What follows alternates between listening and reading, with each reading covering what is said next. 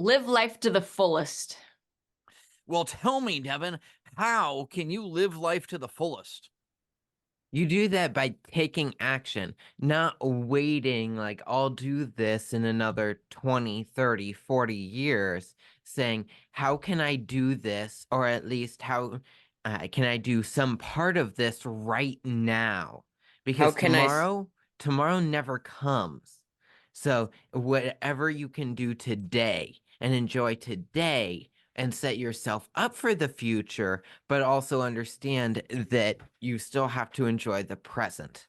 How can you get ahead and start prepping for the future, like buying real estate at a young age, like you talk about in your first book? If I can do it, so can you. You know, we were just Absolutely. talking to a couple, I don't know, they're in their mid 20s. So they're not that young, but they're definitely not that old. And they're out there making good money, have a roofing company. Ethan got actually both kids got to go rock climbing with them. So thank you very much. And they said that, they were going through life and they're really starting to make a plan on what they want to do. And I thought that was amazing because the vast majority of people, what do you do when you're a teenager? You just want to play and get through high school, right, kids? A lot of people do.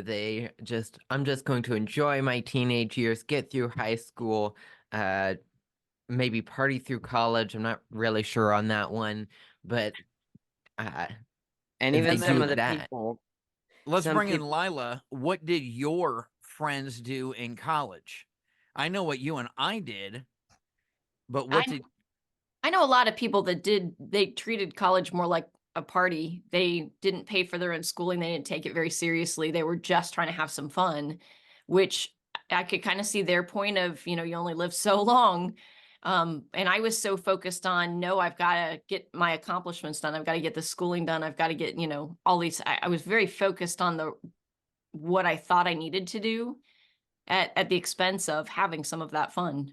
and I had matured. I went out and did all the not all. I got more than my fair share of stupid stuff out of my system while I was in the army for 4 years. So when I came back to the last 3 years at college to get my bachelor's degree, I was somewhat more mature. I was working maybe 30 or so hours a week in the emergency room. And I still managed to keep up with full time classes, many of them postgraduate, even though I was an undergrad. And I decided that I chose both. So I got plenty more partying in. I just gave up inconsequential things like sleeping.